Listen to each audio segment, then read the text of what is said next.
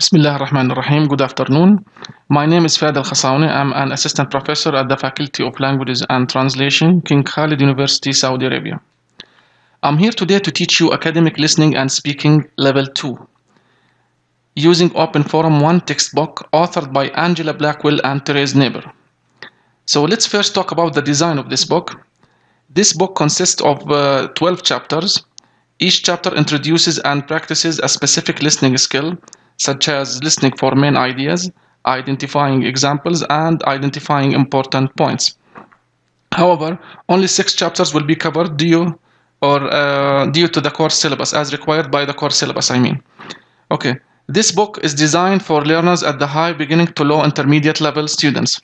It is also beneficial for learners who need to practice extended listening and discussion in preparation for academic work or to attain a personal goal. The first chapter of this book deals with communication. So let's start this chapter by identifying the major objectives of this chapter. The objectives of this chapter include the following. Number 1, to demonstrate a basic understanding of the concept of communication. That includes its definition, the communication definition. Number 2, to identify the different types of communication. So these are the objectives of this chapter. But before we proceed with the content of this chapter, we should take a look at some of the keywords related to this chapter. These words include communication, verbal communication, non-verbal communication, movement, mismatch, gesture, and contraction. So let's begin with the definition of communication. Communication is defined as the process of exchanging ideas. Exchanging here means sending and receiving. Receiving what? Receiving ideas, thoughts, feelings, and emotions. How? In what ways? Through speech, signals, or behavior. So in order to achieve this process successfully, we have to have 3 major elements. These elements are sender, message, and receiver. Okay, let's start with the first part of this process, the sender. How would you define the sender? The sender is the person who sends the information, who sends the thoughts, okay?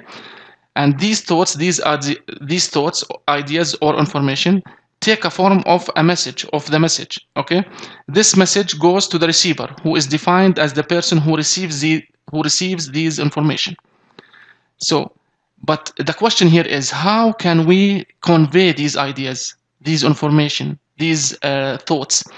So this leads us to talk about the types of communication. The communication is divided into 2 major types. Number 1, verbal communication, which is defined as the form of communication in which message is transmitted verbally. So in this way, or in this part, in this type, we use our spoken words, we use our mouth to convey our ideas. Number 2, non-verbal communication, which means sending or receiving of wordless messages, such as gestures, body language, or facial expressions. So here we call gestures, body language, or facial expressions as strategies or techniques of the non-verbal communication. Okay, so now your turn to listen to the first audio track, which talks about communication. After you listen, you are required to do or to answer the following questions. Good morning and welcome to the show. Today's topic should be interesting to anyone who has ever had to deal with a screaming and frustrated toddler. Most children start to speak somewhere around the age of 2, but they often want to communicate well before that. So, some parents are trying a new way to help their small children communicate earlier, using sign language. I'm watching a baby sign language class at Parents Corner in Lower Manhattan, and I'm talking to Joan Lee, who's the director of the program. Joan, good morning. Good morning. So, these babies are learning sign language? Well, we're not exactly teaching the babies. We're teaching the parents some basic signs that they can use with their babies. What kind of signs are you teaching them? Well, we start with signs for the most important things in babies' lives. Signs for things like more, milk, up, that kind of thing. The things babies need to say. Yes, exactly. Where did the signs come from? Did you make them up? Oh, no. Most of the signs are taken from ASL, American Sign Language. How old are the babies? The youngest is 4 months, and the oldest is about 18 months. That's incredible. Now, what are the advantages of doing this? Well, mainly, it's much easier for the parents. And actually for the babies, too, if they can communicate. You can figure out what they want. It's very frustrating when your child is screaming his head off and you don't know what he wants. I see. Where did this idea come from? From watching deaf children. Some years ago, researchers noticed that deaf children learn to use hand signals earlier, much earlier than hearing children learn to speak. So they wondered if all children could use hand signals before using words. And it seems that they can. Now, that raises another question, though. How do children move into speaking from this? I mean, isn't there a danger that they get so good at sign language that they don't speak? No. Actually, the opposite seems to be true. Signing, using hand signals, may actually help children develop language earlier. That's interesting. There's also some evidence that it raises children's intelligence. There was one test done where babies that signed scored 12 points higher on an IQ test than babies that didn't. That's fascinating. If you would like to find out some more information about using sign language with babies, log on to our website at... Okay. So let's now do some questions. Okay.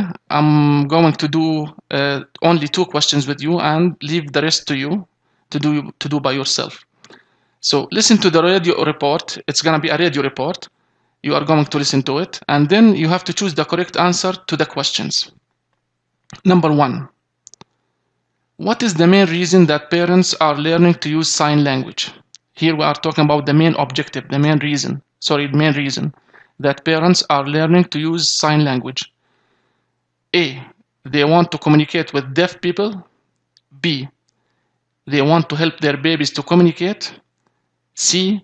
They want their babies to speak earlier. Actually, we can consider all of these 3 statements as reasons, but we are talking about the main reason. So what do you think the main reason? What do you think the correct answer? Okay. As mentioned by the audio track, the correct answer is B. They want to help their babies to communicate. Okay. Let's move to the second question. The interview is taking place. So here we are talking about the place of the interview. A. Was it at a radio station? B. At a sign language class? C. On a street corner? Okay, as mentioned by the audio track, the place of this interview was at a sign language class. So you can know that the place was a sign language class because of the screaming of babies. So it took place in the sign language class. So you are required to do the rest of the questions by yourself. Thank you very much.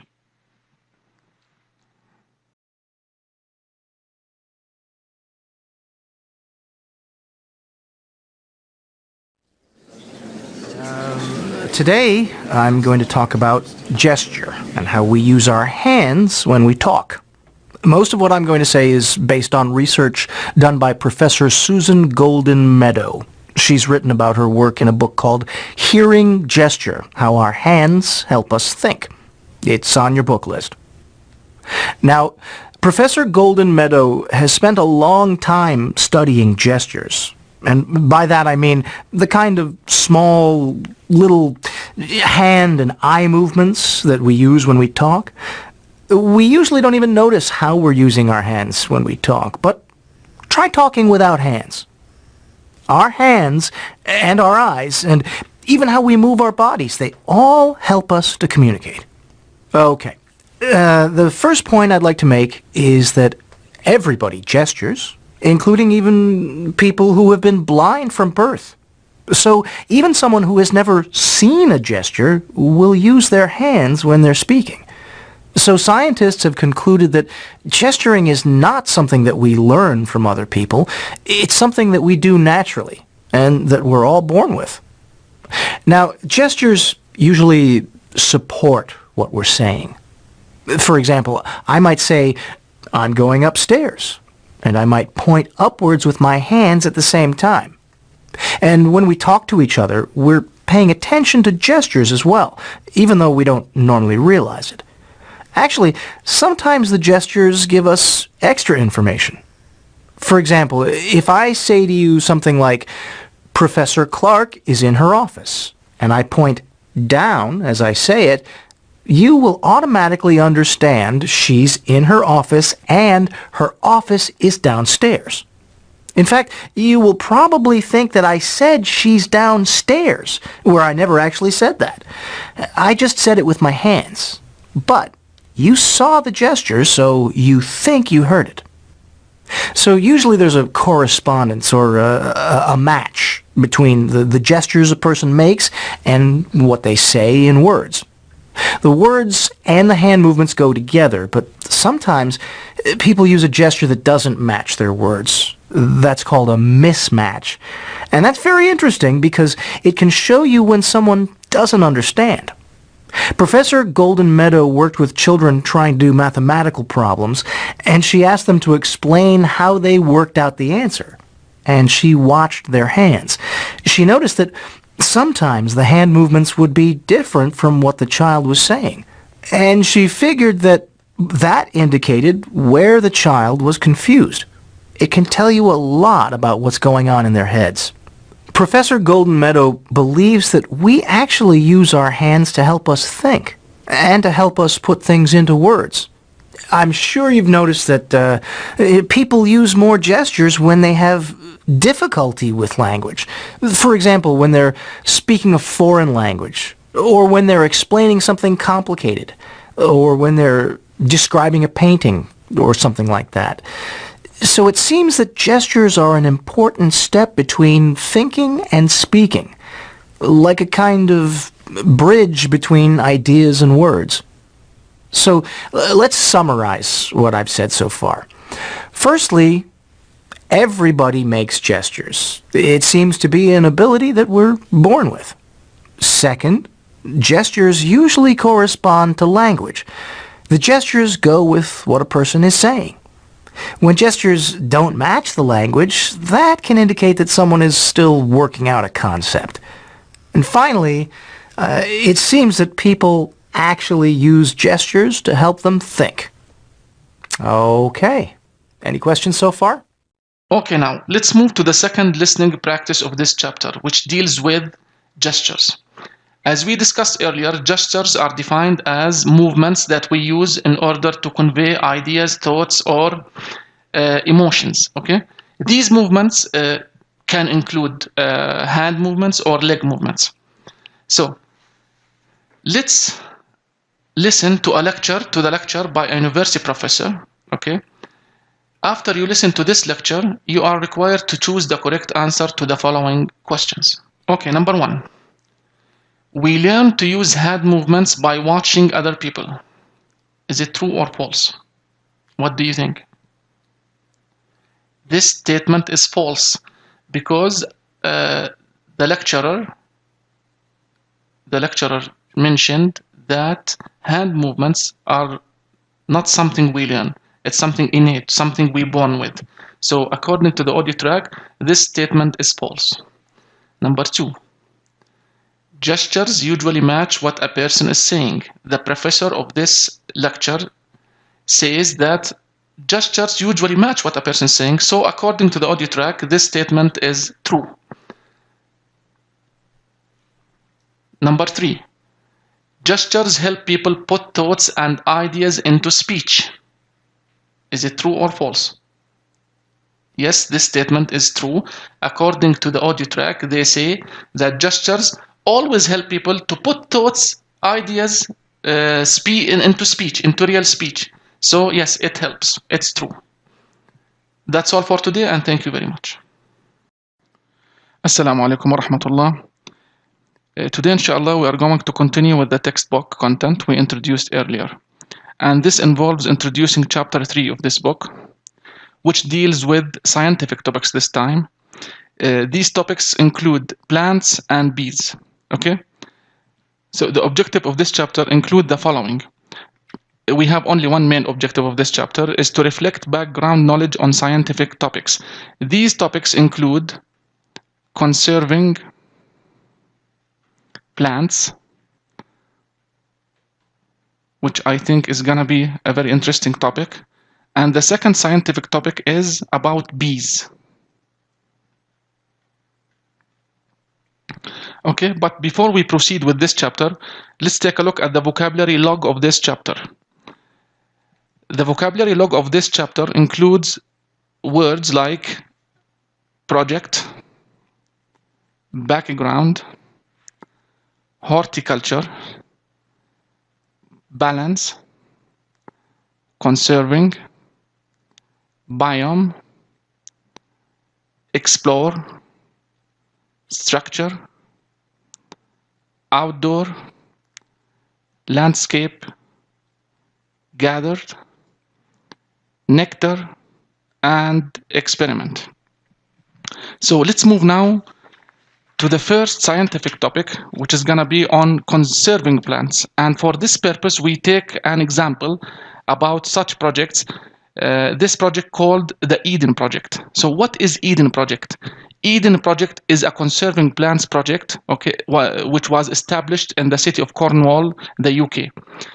The main purpose of this project is to promote the understanding and responsible management of the vital relationship between plants, people, and resources, leading to a sustainable future for all. So its objective is to create a balance between people, plants, and the resources in order to maintain our plants' property. So now, you are required to listen to a tour guide talk about the Eden Project. After listening, mark the one statement that is false. Okay, here we have 3 sentences. One of these sentences is false. The others are true. So please listen to the tour guide and then try to answer these questions. Hello, everyone. I know many of you have come from far away to visit us here in Cornwall, in England. So, welcome to the Eden Project. To begin, let me give you a bit of background on the project. Our aim is to take horticulture, the science of growing fruits, plants, and flowers, and blend it with art, science, and education. We also work to find a balance between growing plants for our needs and conserving land worldwide. Overall, our aim is education, and not just for people already interested in plants and horticulture. We want to make plant-based issues interesting to the ordinary person. We have 100,000 different plants here and 5,000 different species of plant. I had no idea. Really, that's amazing. Yes, it is. Oh, I forgot to mention, feel free to ask questions at any time. Okay, you can see that we have some amazing gardens to walk around in. 3 different areas, in fact, including the 2 biomes. The biomes are the clear domes that you see from here. We'll talk about the different areas, and then you can explore on your own. If you move closer to the map, you'll be able to see better. As you can see, we have 3 different areas with different kinds of plants in each area. One is the outdoor landscape, another is the warm temperate biome, and then the third is the humid tropics biome. Each biome has different sections with different types or categories of plants, whether it be plants for food, plants for use in making fiber, clothes and things like that, and so on. There will be signs giving you information on each section. Let's talk about the outdoor landscape first. This has the natural landscapes and plants of temperate regions. This is like our region of Cornwall, like where we are now, and really most of Britain, as well as parts of Russia and parts of North and South America. This landscape will continue to change over time, and of course the plants here change with the seasons too. Oh, it's quite a long walk down to the end of this section, But there is a train that runs from here at the visitor center. Any questions? Okay, let's go on to the warm temperate biome. You can see it here on the map. Think of the regions of the Mediterranean for this one, as well as parts of South Africa, Australia, and some of California in the United States. Plants in these regions have to live in difficult conditions, very dry, and usually the soil isn't very good. So, would these plants include things like olive trees and citrus fruits? Yes, exactly. Okay, let's talk about the second biome. This is the humid tropics biome. Think of tropical regions such as West Africa, Malaysia, and tropical South America. It's actually the largest biome in the world and has over 1,000 plant species in it. And of course the temperatures are pretty warm in there, so bear that in mind. Can I ask how or where you got all these different plants? Yes, that's a good question. First of all, they weren't taken from the wild, and most of them are not rare. Many were grown from seed in our nursery here, and others came from botanic gardens or research centers around the world. Also, we consulted with people from the different regions represented here when we got plants. Okay, that's all. Thanks for coming, and enjoy exploring the Eden Project. I'll be around for a few minutes if there are any more questions. Thank you. Thanks so much. That's great. Great. Okay, number one. Sentence number one or statement number one. The Eden Project has gardens and educates people about horticulture. What do you think? Is it true or false? According to the audio track, this statement is true. Because the main purpose or the main objectives, as we said earlier, of this project is to educate people about horticulture. Number two. There are 4 different landscape and garden areas. What do you think about this statement? Is it true or false? This statement is false because according to the audio track, they said we have 3 different landscape and garden areas, not 4. The last one, the plants were not taken from the wild. Is this statement true or false? According to the audio track, this statement is true.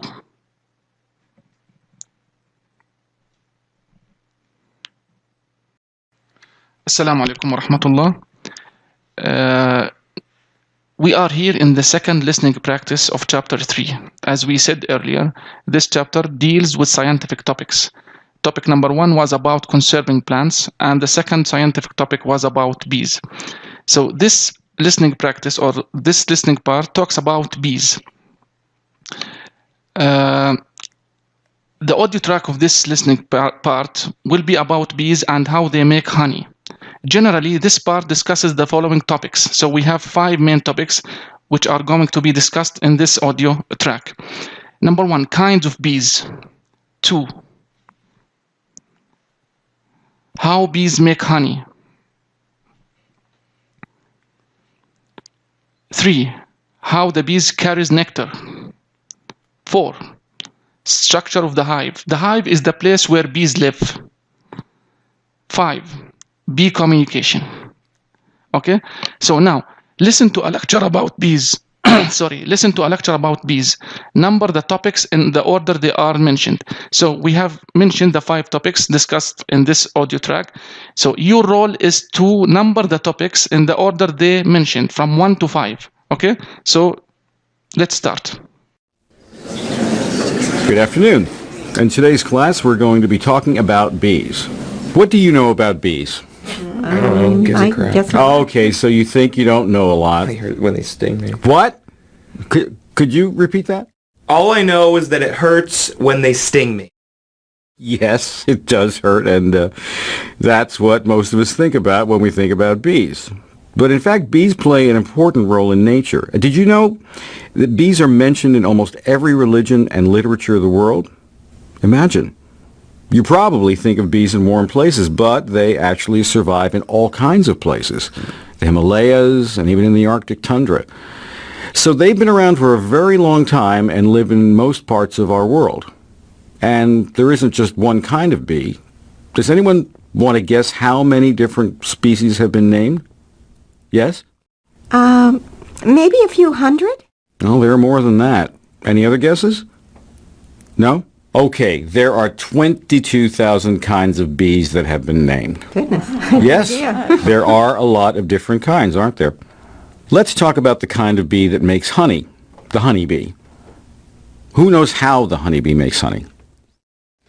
It starts with flowers, right? And they go around to different flowers and take the nectar, but I'm not sure about the rest. Yes, that's right. A female worker bee goes around to all different flowers and gathers nectar. Then she goes back to the hive. We'll talk about the structure of the hive in a minute. And how is the nectar changed to honey? Anyone? No? Okay. The worker bee passes the nectar on to another bee, and the nectar gets passed from one bee to another. Each bee works with it, and gradually more and more moisture goes out of the nectar. And finally, it's stored on the comb. And over time, more nectar is gathered, more honey made and added to the comb. Now, you know that different honeys have different flavors. If you've never thought about it before, you can probably guess why.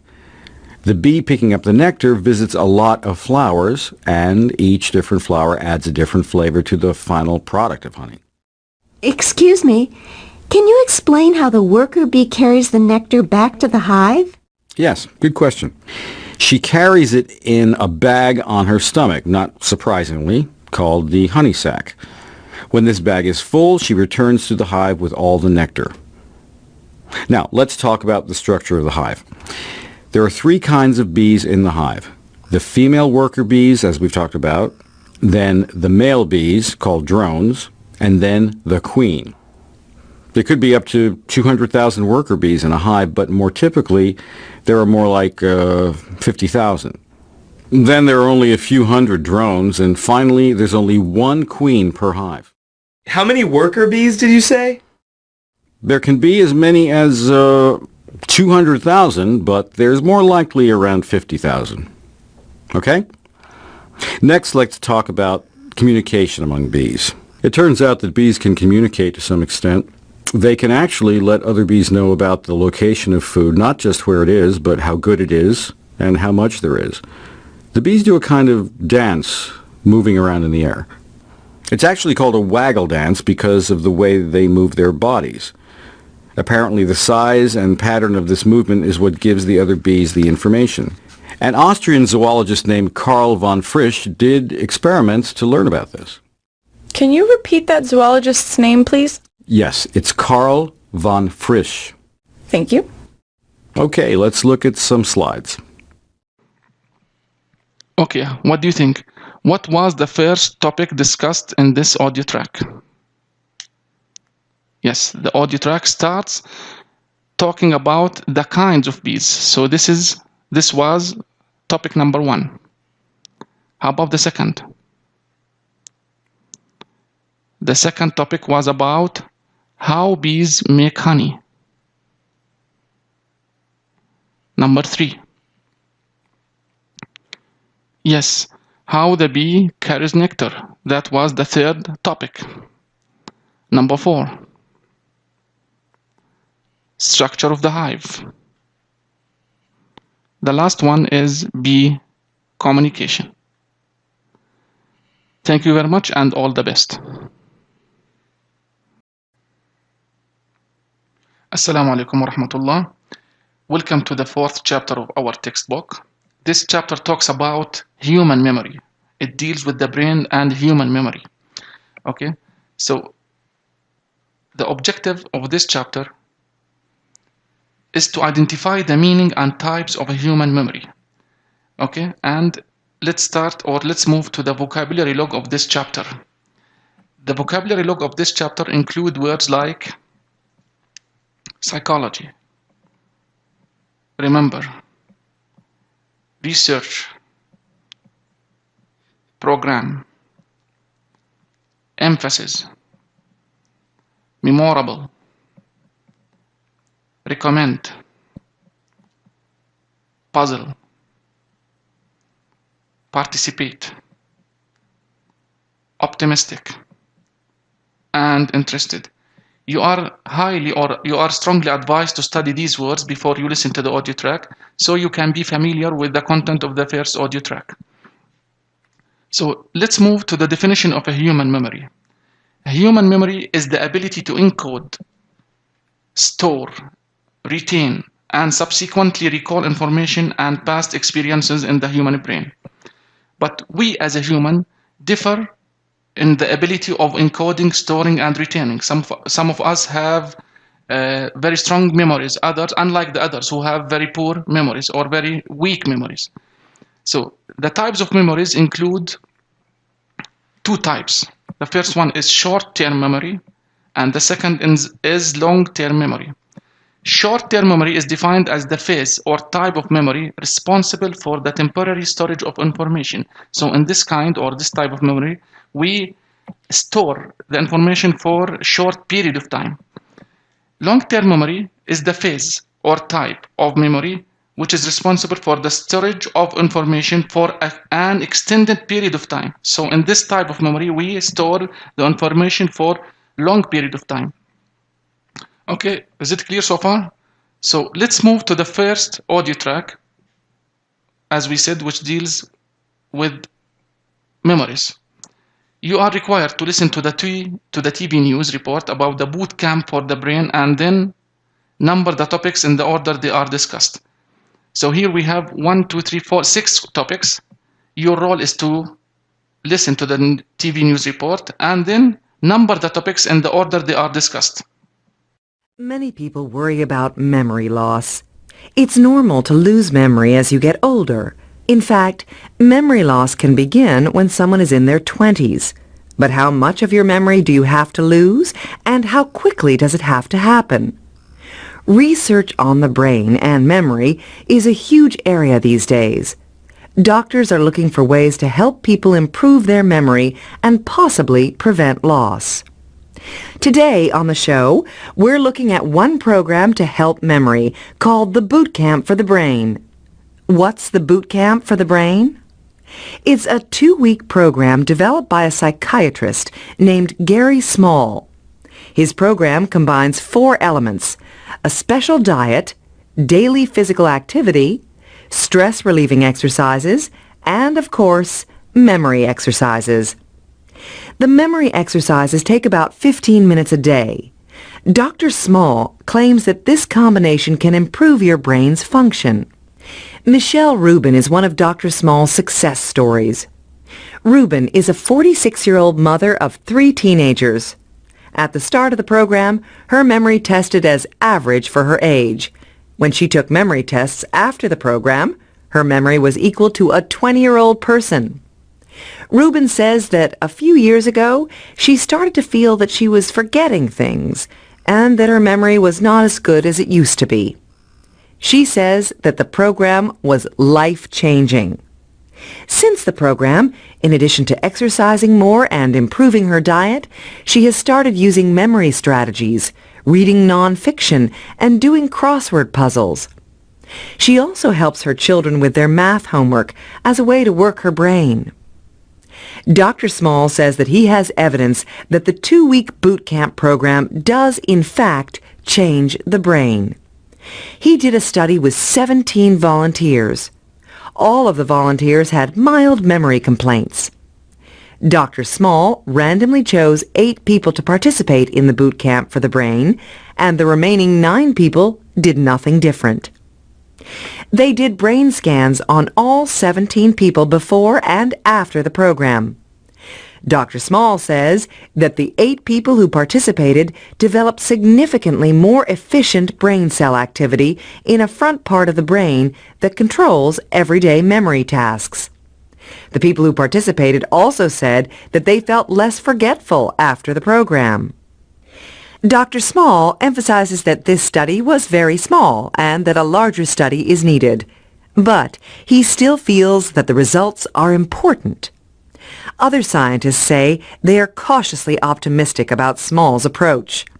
They feel more research is needed, but say it's possible that the boot camp for the brain could delay serious memory problems. Michelle Rubin and many others who have participated in the program believe that it has definitely helped their memory. So, if you're worried about your memory, the Boot Camp for the Brain might be worth looking into. Tomorrow, we're going to look at some other programs and ideas for improving memory. Okay, number one, what do you think? What do you think? Number one, according to the audio track, it starts by giving examples about or examples of memory problems. This is number one. Number two talks about, then the second topic was about what happens at boot camp for the brain. Number three, the third topic was about providing a sample or an example of a research study about memories. So that was the third topic. Number four was about what other scientists think. How about number five? How about using memory to prepare for college exams or childhood memories? Did they mention this? So out of 6 topics, they only discussed and mentioned 4 topics. So these are the topics which were discussed in this audio track. So these topics were not discussed. Thank you very much. Assalamu alaikum wa rahmatullah. Welcome to the second listening practice of chapter 4, which talks about memory problems. So before we start this section or this part, can you think of some of the problems that you have related to your memory? What are the problems that you have, again, related to your memory?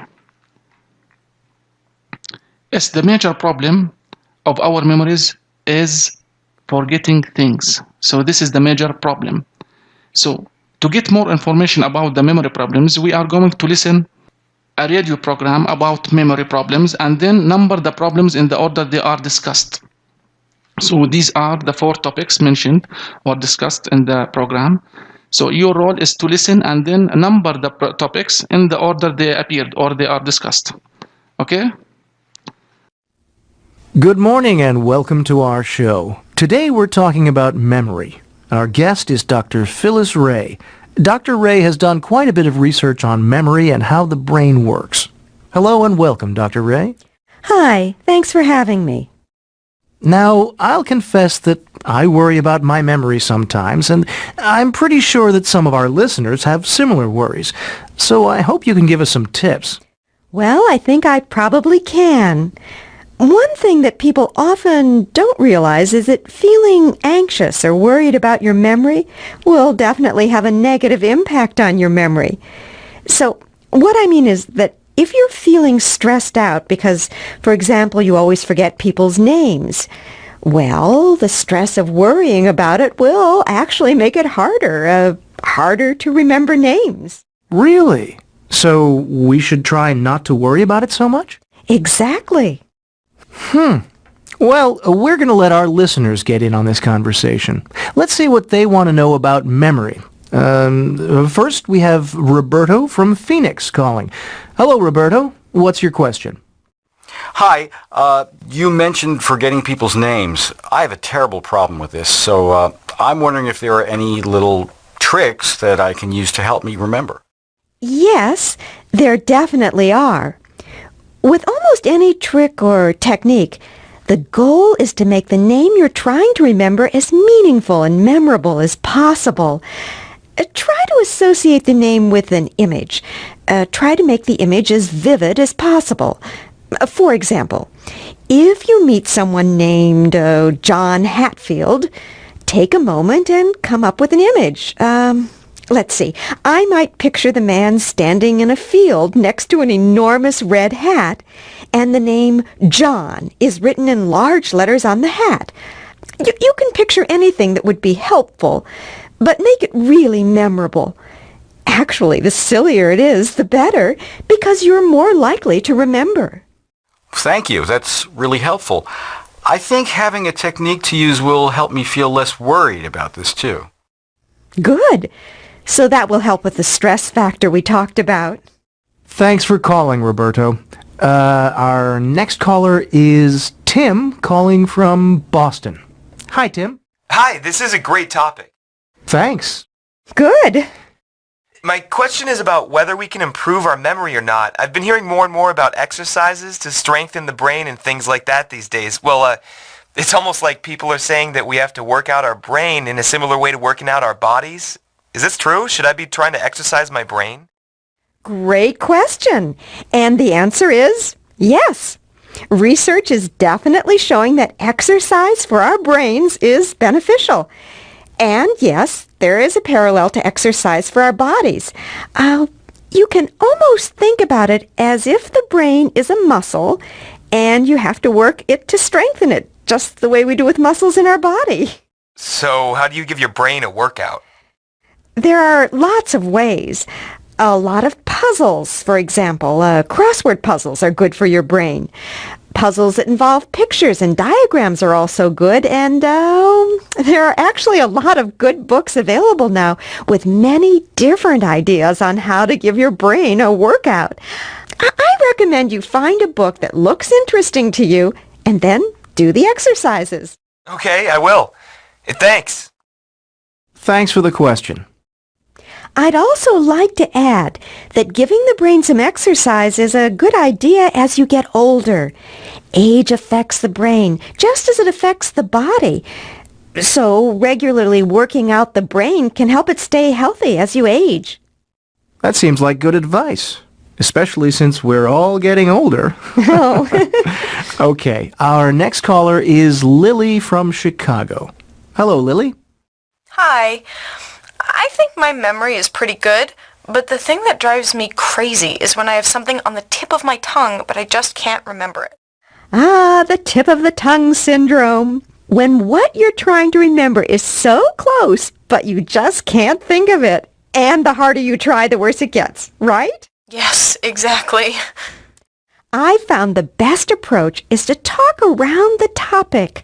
For example, if you're trying to remember the name of a movie, talk about what the story is about, who the characters are, and so on. This gives your brain time to work on it. And very often, if you don't push too hard, it will come back to you. Thanks. Okay, it's time for a break. We'll come back in a minute for more of your questions. So let's start with the first one. What was the first topic discussed in this radio program? The first topic was about stress and memory. The second topic discussed in this radio program was about forgetting names. The third topic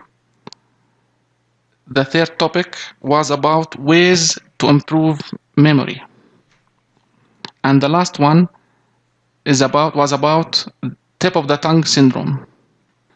Okay, so let's move to the other questions related to this radio program, and I'm going to do only 2 questions of these.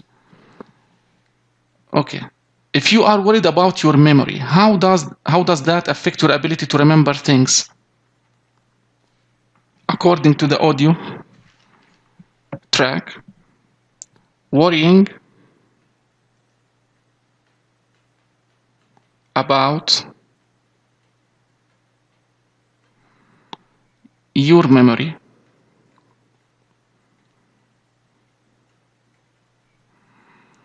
makes it more difficult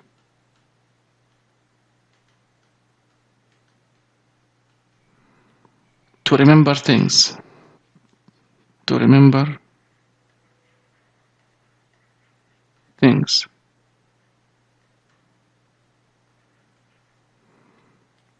So the more you are worried, the more difficult it makes to remember things. So this is according to the audio track. The second question, it asks about the main goal of any techniques to remember names. What is the main goal of any techniques to remember names?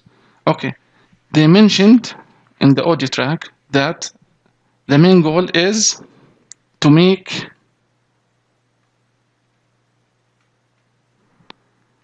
the name as memorable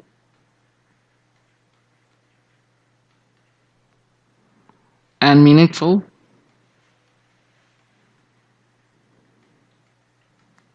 as possible.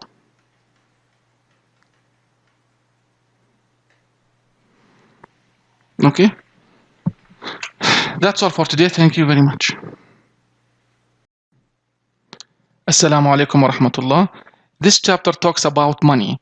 We are going to learn some words related to money and financial issues and some local currencies used in some communities. So the main objective of this chapter is to determine different words related to money. These words can be found in the vocabulary log. The words are bank, currency, banknote, popular, exchange, economy, decorative, coin, trading, check, warehouse, and credit. So now you are required to listen to the radio report about a town that has issued its own currency. Then answer the questions that follow. Hello and welcome to this week's edition of Your Money or Your Life. First, we're going to take a look at a movement that is becoming popular in small towns and communities across America, and that is the trend towards local currencies. That's right. Some small towns are issuing their own banknotes that are valid only in the local community. We have a report from Tom in Wilkes, Nebraska. Tom? Hi there. I'm here in Wilkes, and with me is Adrian Moore from the Chamber of Commerce. Hello, Adrian. Hi. Now, I'm holding a beautiful banknote. I just bought this at City Hall. It feels just like a regular dollar bill, but it's blue. And it has a beautiful picture of, I guess this is a lake? Yes, that's right. It's Lake Washington, about 5 miles from here. It's done by a local artist. That's interesting. What other kinds of work might an anthropologist do in a corporate setting? That's right. What other notes are there? There's a 1, a 5, and a 10, plus a half hour and a quarter hour. Okay. So where can I spend this money? You can use it just about everywhere. All the businesses downtown. Coffee shops, bookstores, department stores. Plus you can use it for services. Building contractors, painters and decorators, nanny services, artists, you name it. They'll accept this just as if it was a regular dollar bill or $10? That's right. The money is legal tender wherever it's accepted. And how much money is in circulation? About 20,000 hours so far. Why did you decide to do this here in Wilkes? Well, the idea is to stimulate the local economy and to keep money moving around the community. A lot of money was leaving town because people were spending it in chain stores that came from out of state.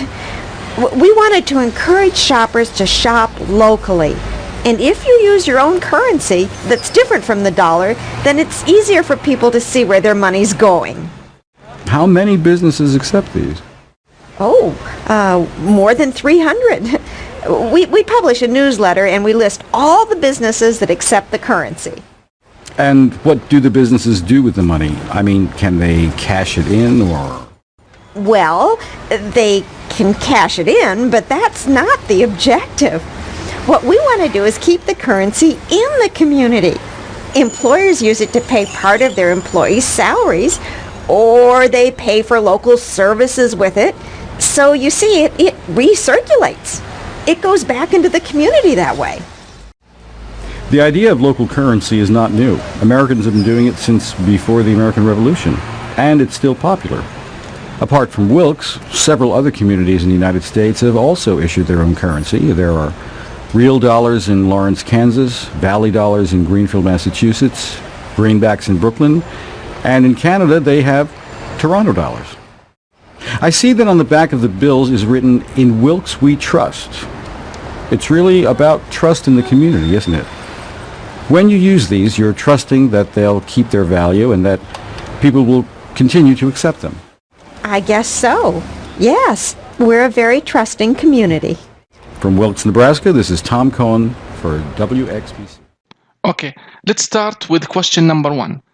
And keep in your mind that I'm going to do only 3 questions with you and leave the rest to you to do. Number 1. What picture is on the Wilkes banknote? Yes, according to the audio track, the picture was Lake Washington. It was Lake Washington. How about question number 2? How much is 1 hour worth? So the city of Wilkes use its own currency, its own money. So how much is 1 hour worth? Yes, according to the audio track, 1 hour worth $10.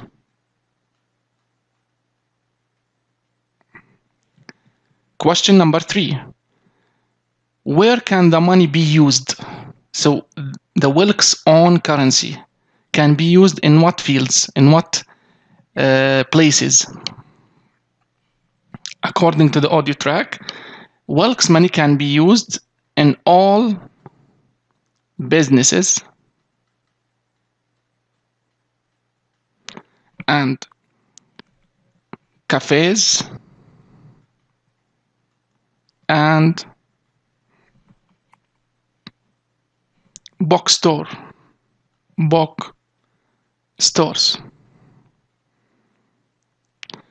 Thank you very much. See you soon, inshallah.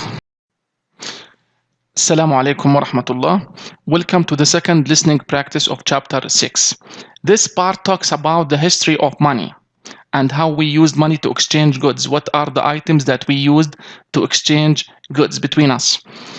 So you are required to listen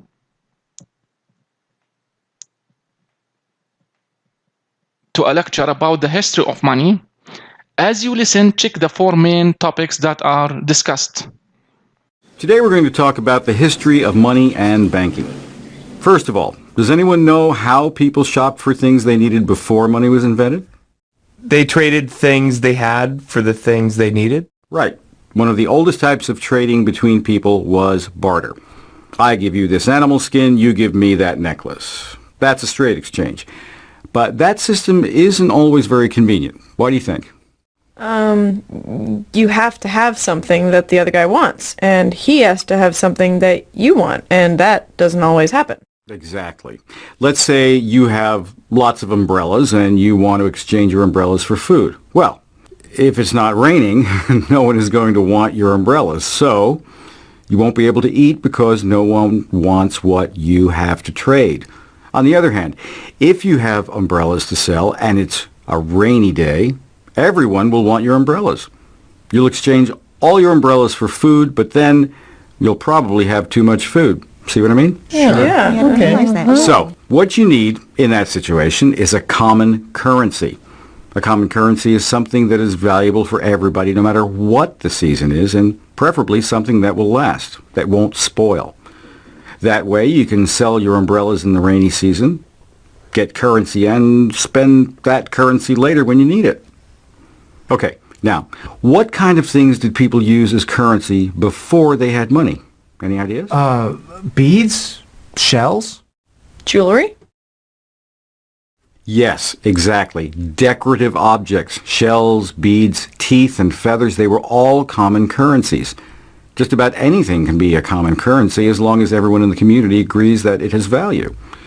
The Chinese used metal tools like spades and knives. The Greeks used grain. They used grain in England too. How can you tell? How can you tell that the English used to use grain as money? What is their money called? Oh, the pound. Exactly. The English pound used to refer to a pound of grain. What about coins? When did people start to use coins? The first coins appeared in about 600 BC in Lydia. That's about where Turkey is today. You also had coins appearing in China at about the same time. Is that when banks started up too? Actually, no. Banks came about later. The first banks were actually warehouses or depositories for grain or gold. Let's use gold as an example. People would keep their gold in this place, this warehouse, and they'd get a receipt. The receipt said something like, "You have so much gold on deposit with us." That receipt could then be used to get the gold out of the warehouse. But eventually, when people had to make payments or pay debts or whatever, instead of going all the way to the bank to get the gold, they started to use the receipts instead. Every receipt was connected to a certain amount of gold in the bank. The banknote really meant, if you bring this to the bank, we'll give you this amount of gold anytime you want. And that's how paper money came about. Wait, isn't it the same now? I mean, don't banknotes represent an amount of gold that the country has? Could you tell us a little more about that? Ah, yes, that was called the gold standard. That used to be the case, but not anymore. At one time, every dollar represented an equivalent amount of real gold from the U.S. gold supply. But the U.S. left the gold standard in 1971. We don't back our currency with gold anymore. Can you tell us about that? What is our money backed by now? I mean, where does the value come from? Nothing. Absolutely nothing backs our money except people's trust in it. What keeps the value of our money up is simply the fact that people believe our money has value. So it does. Any other questions before we move on? Here we have 6 topics, but you have to check the 4 main topics discussed in this audio track. So what do you think? What was the first topic? Yes, according to the audio track, the first topic discussed was a common currency. How about the second topic? Yes, it was about examples of a common currency. So we talked about a common currency and then we gave examples. How about the third topic? The third topic was about how credit cards came about. How credit cards came about. How about the fourth main topic discussed in this lecture? Yes, it was about the gold standard. That's very good. Okay, let's move to another type of questions. And you are required here to listen to the lecture again. As you listen, choose the correct answer to complete each statement. And I'm going to do only the first 3 questions and leave the rest to you. Yes, number 1. It's not always convenient to trade by exchanging goods because, what do you think? A or B? Yes, according to the audio track, it's not convenient to trade by exchanging goods because you can't always get what you want when you want it. So the correct answer is A. How about number 2? A common currency is something that, is it made of gold or precious metal or has value for everybody in a society? Yes, according to the lecture, the correct answer is B. It has value for everybody in a society. Number 3. Beads, shells, tools, and grain were all used as currency or used for decoration. What do you think? Yes, according to the lecture, these tools and shells, beads, were all used for decoration. Used for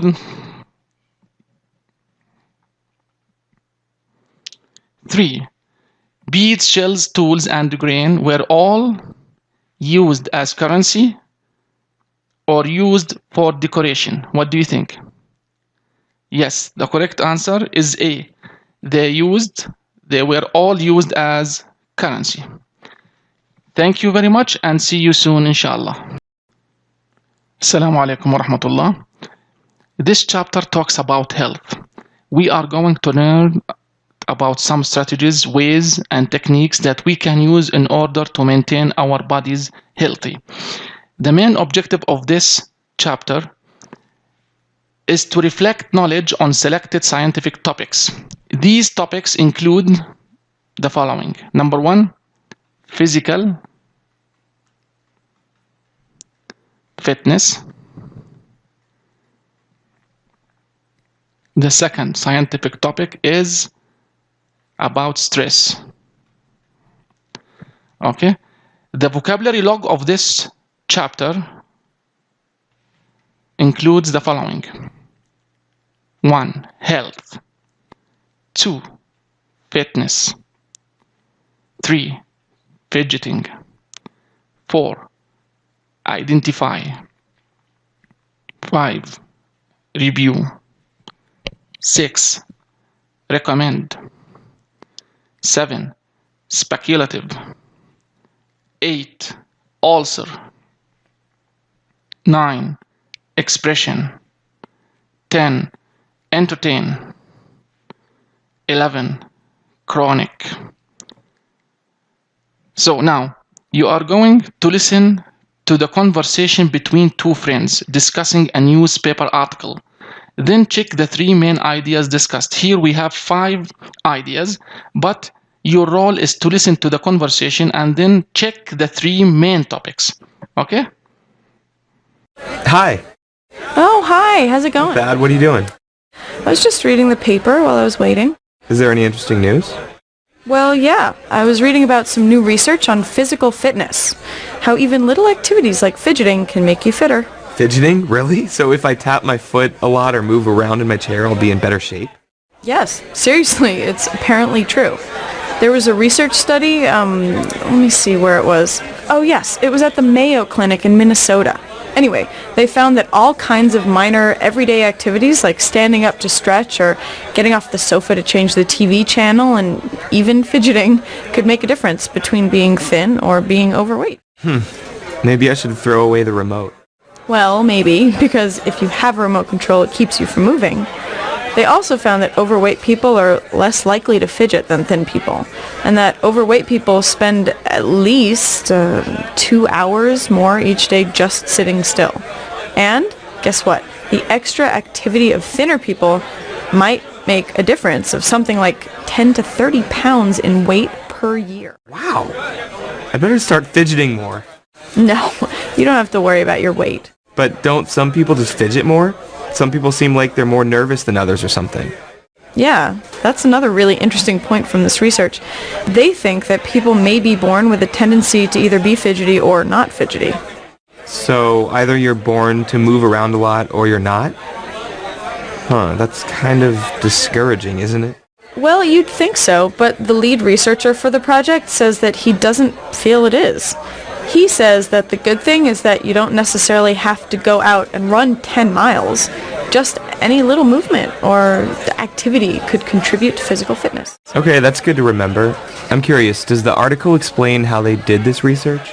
Yeah, in fact it does. The people in the study wore special clothes that had sensors in them. The sensors took measurements every half second. There were 20 people in the study, and they wore the special clothes for 24 hours a day for 10 days as they went about their daily routines. They found through the sensors that thin people spent at least 150 more minutes moving in some way than the overweight people. That's so interesting. Hey, can I read the article? Of course. Here you go. Wait, maybe I should stand up and stretch before I read it. Maybe you should. So what do you think? What was the first main topic discussed in the conversation? According to the conversation, the first main topic was fidgeting can help you be in better shape. Yes, that was the first idea. How about the second idea? The second idea was researchers think people may be born with a tendency to move or not move a lot. That was the second idea. The third one, the people in the study wore special sensors that measured movement. Yes. So let's move now to the other questions. You are required to listen to the conversation again. As you listen, choose the correct answer for each item. Number 1. The research study was done at a clinic in what place? Was it in Michigan, Missouri, or Minnesota? Yes, according to the conversation, the research study was done at C, Minnesota. The second one, according to the study, how much more time do overweight people spend sitting still? What do you think? Is it 1 hour, 2 hours, or 3 hours? Yes, according to the conversation, they spend sitting still at least 2 hours. So the correct answer is B. That's all for today, and thank you very much. Assalamu alaikum wa rahmatullah. This is the second listening practice of chapter 7, and this part deals and focuses on stress. So we are going to listen to a book review of a book called Why Zebras Don't Get Ulcer, authored by Robert Sapolsky. This book has been reviewed by someone called Gordon Park. So your role is to listen to the book review and then choose the correct ending for the summary of the book. Let's turn now to our book reviewer, Gordon Park. Each week, Gordon gives us suggestions for good reading about health and well-being. What are you going to tell us about this week, Gordon? Hi, Kelly. I want to talk about a book called Why Zebras Don't Get Ulcers by Robert Sapolsky. I'll explain the title in a minute, but the book is about stress. And, well, I think stress is a topic that most of us are concerned about. Oh, yes, definitely. So what does the author say about it? Well, basically that there are two different kinds of stress. One kind is worse for you than the other, and guess which kind of stress most people experience? The bad kind? Of course. Now, the author came to his conclusions about stress as a result of working with animals. Sapolsky is a professor of biology and neurology who has spent about 20 years studying primates in Africa, specifically baboons. Baboons are a kind of monkey, right? Yes, that's right. So, Sapolsky studied stress in animals, and then he made some parallels to stress in humans. And that's what this book is about. Interesting. First, tell us about stress in animals. Okay, remember, the title of the book is Why Zebras Don't Get Ulcers. Now, it's interesting because zebras might feel stress because they are being hunted by another animal. Obviously, that's stressful. Yes, but the interesting thing is that this kind of stress is very immediate. It's about living or dying within the next few minutes. It's not about what's going to happen in the next few weeks, months, or years. Uh-huh. But Sapolsky compares this type of stress that a zebra might experience to the baboon situation, and it's different. Baboons only need to spend about 4 hours a day searching for food. So Sapolsky argues that this gives baboons a lot of free time to worry and get stressed about things beyond immediate needs and survival. So you can see that this is a different kind of stress. Yes. So our stress is more like the baboons? Exactly. A lot of our stress doesn't come from things that are essential for our immediate survival. Usually it's more long-term issues like money and job worries. Our stress is much less often about whether we're going to live or die in the next minute. Okay, but why is this more of a problem than a zebra's stress about the next 2 minutes? Well, Sapolsky points out that it is important for your body to react to an immediate crisis. You know, if you had to run from danger, adrenaline and stress hormones could save your life. The problem comes if that reaction never gets turned off. So if you're worrying about long-term problems, that means your body could feel like it's in an emergency state for a long period of time. Over time, this kind of chronic stress weakens the immune system, increases the risk of heart disease, and makes depression more likely. I see. So, can we do anything about this? The author seems to think so. Some of the strategies are ones that you may have heard about before. For example, exercise and having a good social support system with friends and family. It's interesting, though. He points out that you need to choose a strategy that works for you. For example, if you really dislike exercise, then it probably wouldn't be a good idea to try that to relieve stress, because doing something you don't enjoy could cause more stress. I like this idea.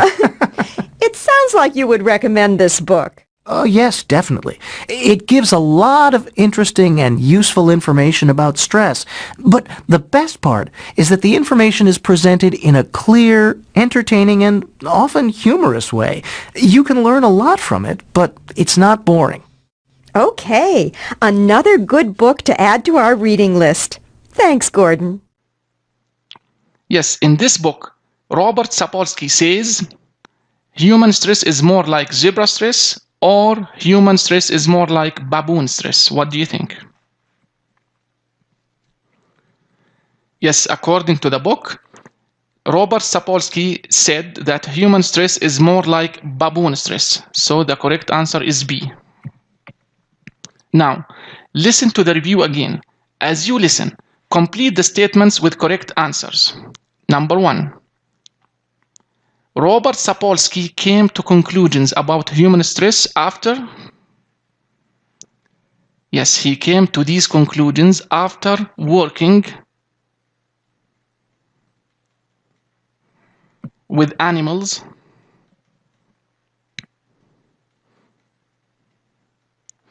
for 20 years.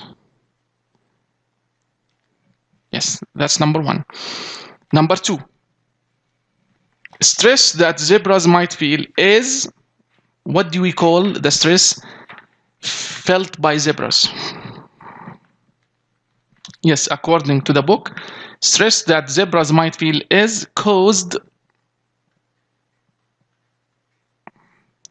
by their being hunted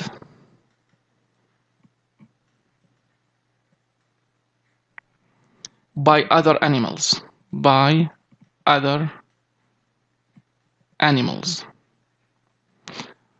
So this kind of stress called immediate stress. Immediate stress. Okay. The third statement, and it's gonna be the last statement I do with you. Yes, number 3. Baboons have more free time because, according to the book, baboons have more free time because they only spend about 4 hours a day looking for food. So he does not spend much time looking for food. The rest of the time, he might feel stress. That's all for today. Thank you very much. Assalamu alaikum wa rahmatullah. This is chapter 9 of our textbook, which deals with the sciences of Earth. The main objective of this chapter is to reflect knowledge on selected scientific topics. These topics are weather. The second scientific topic is going to be about water issues. Okay, now let's move to the vocabulary log of this chapter. The vocabulary log of this chapter includes words like science, weather, possibility, weight, experiment, complicated, install, irrigate, waste, skill, and storm. So now you are going to listen, this is your turn to listen, to a news report, okay? After you listen, make notes to complete each statement below. Well, here's an interesting story.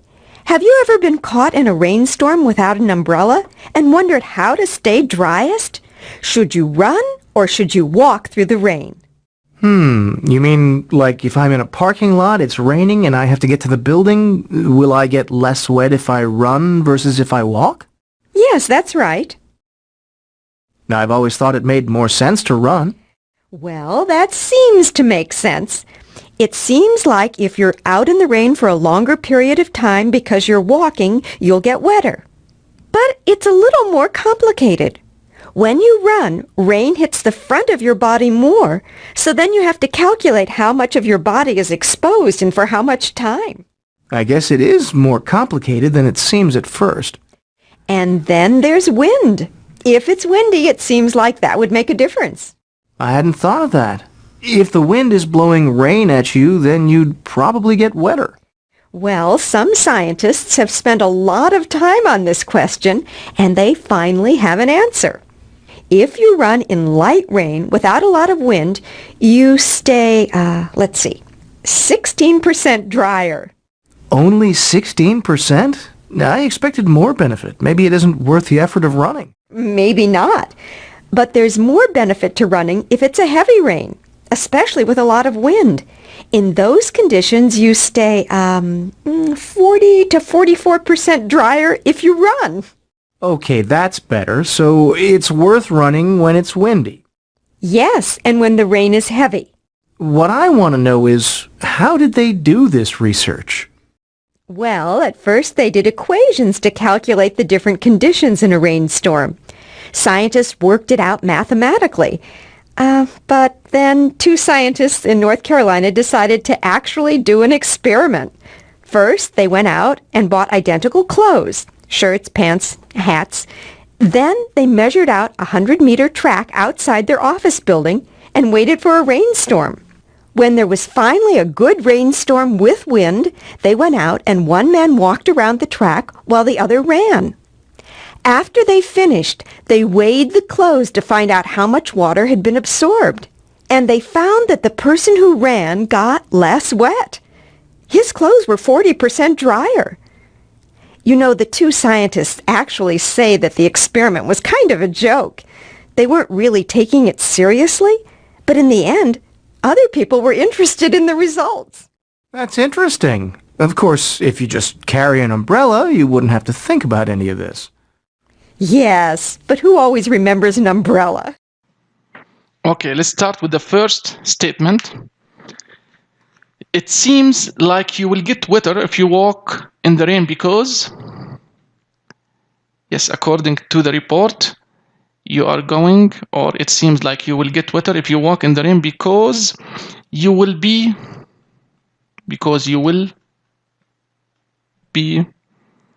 in the rain longer.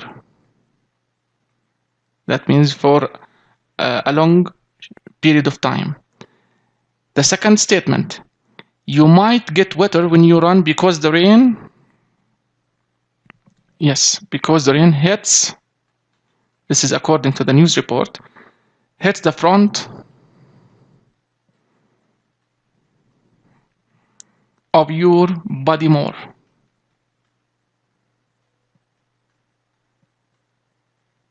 Yes. The third statement, wind could make a difference because, yes, according to the news report, wind could make a difference because it blows